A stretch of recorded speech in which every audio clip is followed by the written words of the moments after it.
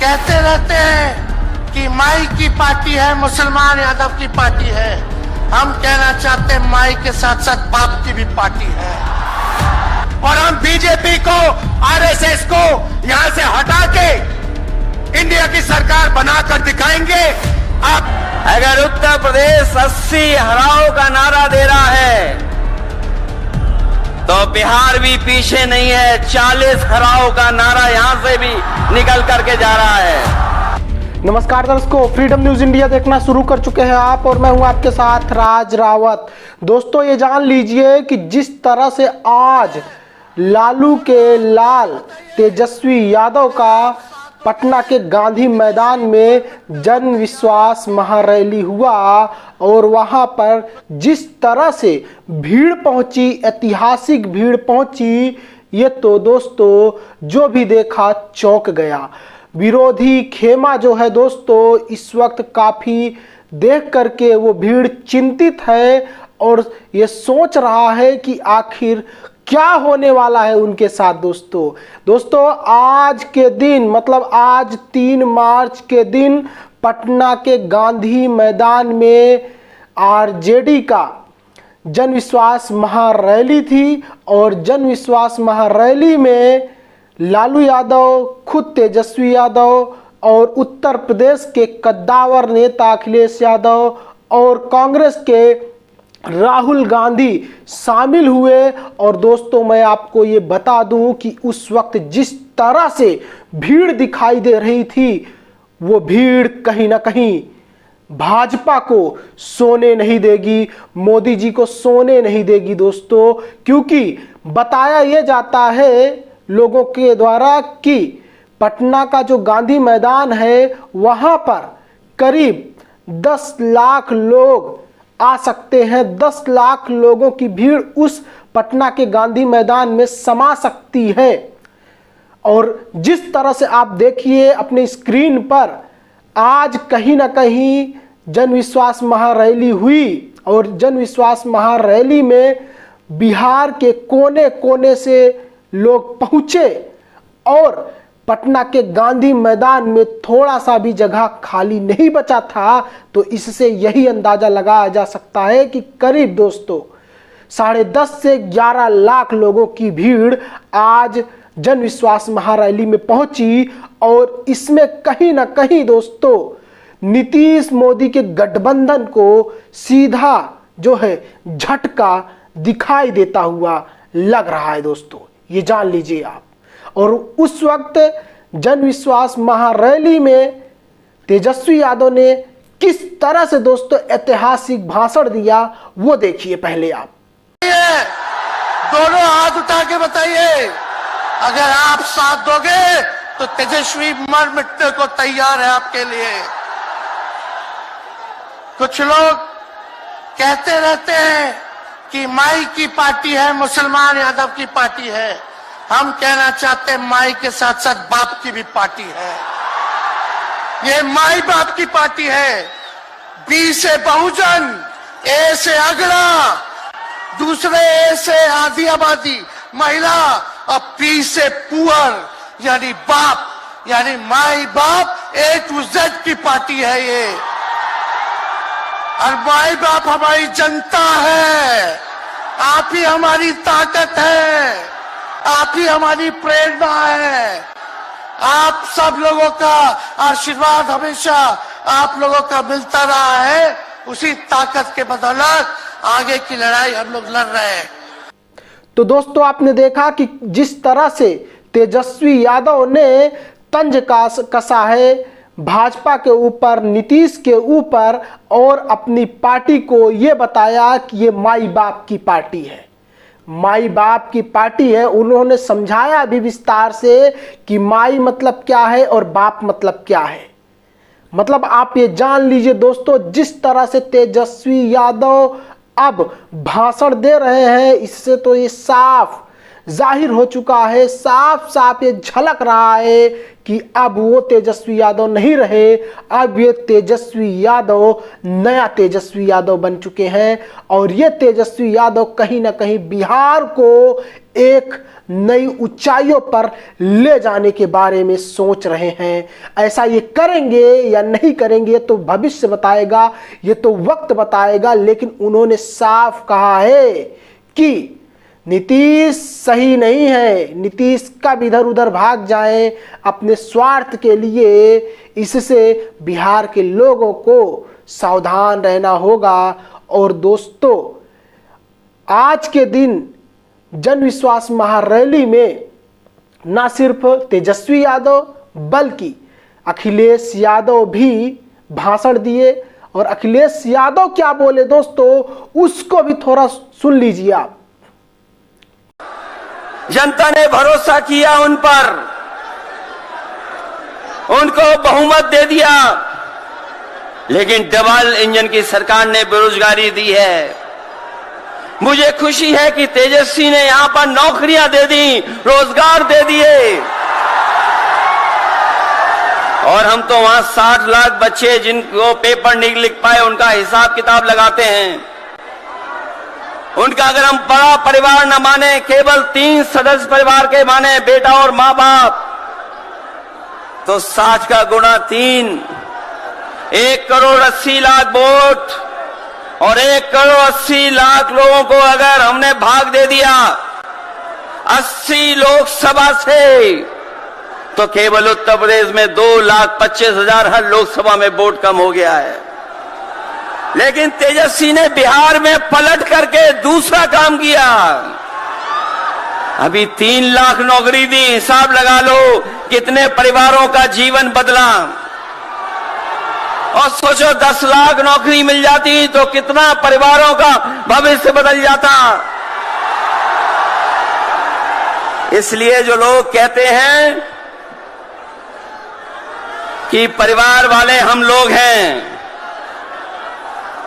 ये जो आरोप लगाते हैं परिवार वाला आरोप हम लोगों पर, मैं उन भारतीय जनता पार्टी के लोगों से कहना चाहता हूं कि भारतीय जनता पार्टी इस बात संकल्प ले कि किसी परिवार वाले को टिकट नहीं देंगे, और संकल्प ये भी ले कि किसी परिवार वाले से वोट मांगने भारतीय जनता पार्टी के लोग नहीं जाएंगे। जिन्होंने चुनाव शुरू होते ही ऐलान कर दिया है कि अगर उत्तर प्रदेश 80 हराओ का नारा दे रहा है, अगर उत्तर प्रदेश 80 हराओ का नारा दे रहा है, तो बिहार भी पीछे नहीं है, 40 हराओ का नारा यहां से भी निकल करके जा रहा है। मतलब आप ये जान लीजिए दोस्तों कि यूपी बिहार वाला जो भाईचारा है यहां पर साफ साफ दिखाई देता हुआ, और जिस तरह से अखिलेश यादव ने भी तंज कसा, इससे साफ पता चल गया होगा आपको कि अब बिहार के लोग क्या सोच करके वोट देने जा रहे हैं। और जिस तरह से बिहार के लोग इतनी भारी संख्या में इस मैदान में इकट्ठा हुए हैं, इससे तो कुछ ना कुछ बदलाव जरूर दिखने वाला है दोस्तों। और राहुल गांधी ने इसमें क्या कहा इस जन विश्वास महारैली में, उनकी भी भाषण चलिए सुन लेते हैं, उन्होंने क्या बोला है। आज देश में विचारधारा की लड़ाई है। एक तरफ नफरत, हिंसा, अहंकार, और दूसरी तरफ मोहब्बत, भाईचारा और एक दूसरे की इज्जत। जैसे मैंने यात्रा में कहा, अगर आप गठबंधन को समझना चाहते हो, एक लाइन में समझा जा सकता है, नफरत के बाजार में मोहब्बत की दुकान खोलते हैं हम।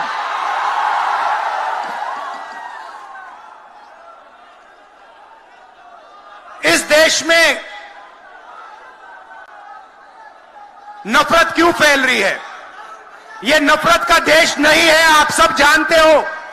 आपके दिल में, हिंदुस्तान के नागरिकों के दिल में नफरत नहीं है, मोहब्बत है, प्यार है, एक दूसरे का आदर है।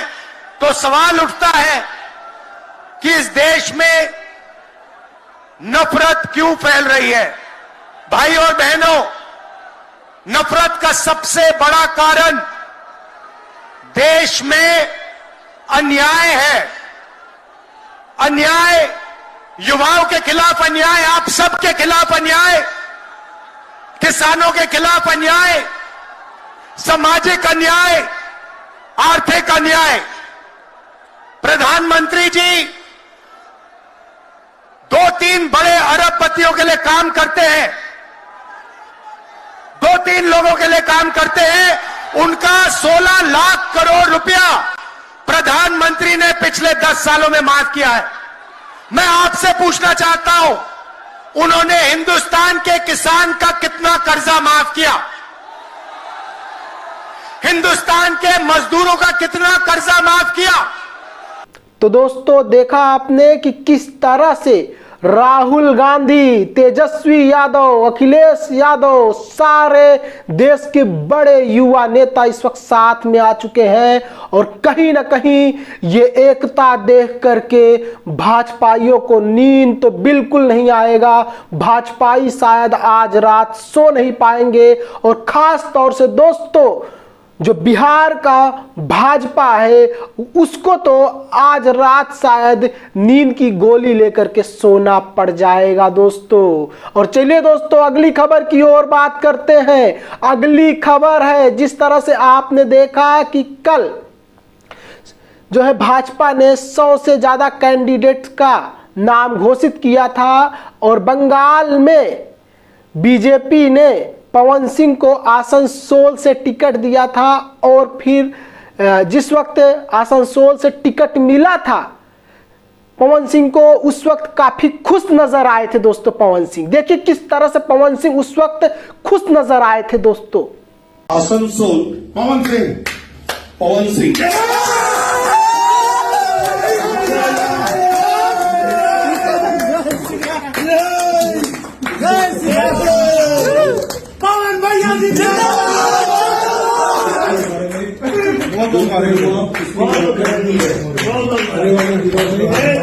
की बैठक होगी, जानकारी दी जाएगी। काफी लेट हुआ है, सबके बारे में काफी जानकारी इकट्ठी करनी है। इसका भारत बाबा की जय।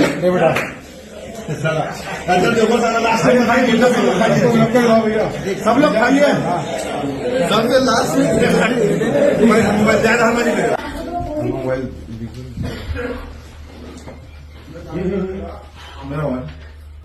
ये तो दोस्तों आपने देख लिया कि जब टिकट की खबर मिली कि इनको टिकट मिल गया है तो इस तरह से खुश थे।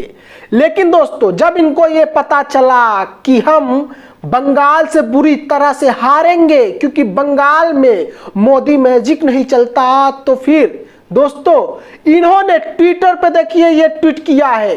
इन्होंने ट्विटर पे ये ट्वीट किया है कि हम जो है किसी कारणवश बंगाल से चुनाव नहीं लड़ेंगे। और भाजपा ने जिस तरह से मेरे ऊपर विश्वास जताया, उनका शुक्रिया अदा कर किए भी, शुक्रिया अदा भाजपा का किए। और आपको ये बता दे, जैसे ही खबर सोशल मीडिया पर और मीडिया पर ये फैली कि पवन सिंह जो है वहां से अपना नाम वापस ले लिए हैं आसनसोल से और वो वहां से चुनाव नहीं लड़ेंगे, तो दोस्तों वैसे ही खबर ये आती है कि जेपी नड्डा पवन सिंह को दिल्ली बुलाए हैं मीटिंग करने के लिए, मतलब बात करने के लिए, विश्वास दिलाने के लिए कि लड़ो चुनाव, जीतोगे जरूर। लेकिन दोस्तों मैं आपको ये बता दूं कि जैसे ही पवन सिंह का टिकट तय हुआ बंगाल से, वैसे ही तृणमूल कांग्रेस और भी जो पार्टियां थी पवन सिंह के गाने को लेकर के जिस तरह से पवन सिंह बंगाल की महिलाओं के प्रति सोच रखते हैं और बंगालिनियाँ तमाम तरह की अनाप शनाप जो है अपशब्द यूज करते हैं अपने गानों में, वो देखिए आप गानों के इनके पोस्टर देखिए कुछ इस तरह से दोस्तों। ये बंगाल की महिलाओं को लेकर, बंगाल की बहू बेटियों को लेकर आए दिन ये गाना गाते थे।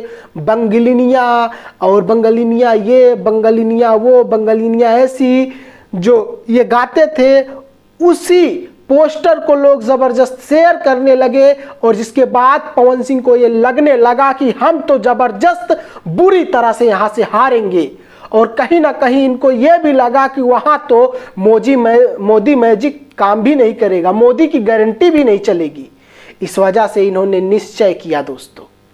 और दोस्तों आप तो जानते ही हैं कि इस बार कहीं ना कहीं भाजपा जिस तरह से अपने बड़बोले नेताओं का टिकट काटा है, जैसे साध्वी प्रज्ञा जी का भोपाल से और इनके स्थान पे आलोक शर्मा को टिकट दे दिया गया, और वहीं पर दोस्तों प्रवेश शाही वर्मा को जो है उनका भी टिकट काट दिया गया, रमेश बिधूड़ी का टिकट काट दिया गया, रामवीर सिंह बिधूड़ी को टिकट दे दिया गया इनके स्थान पे।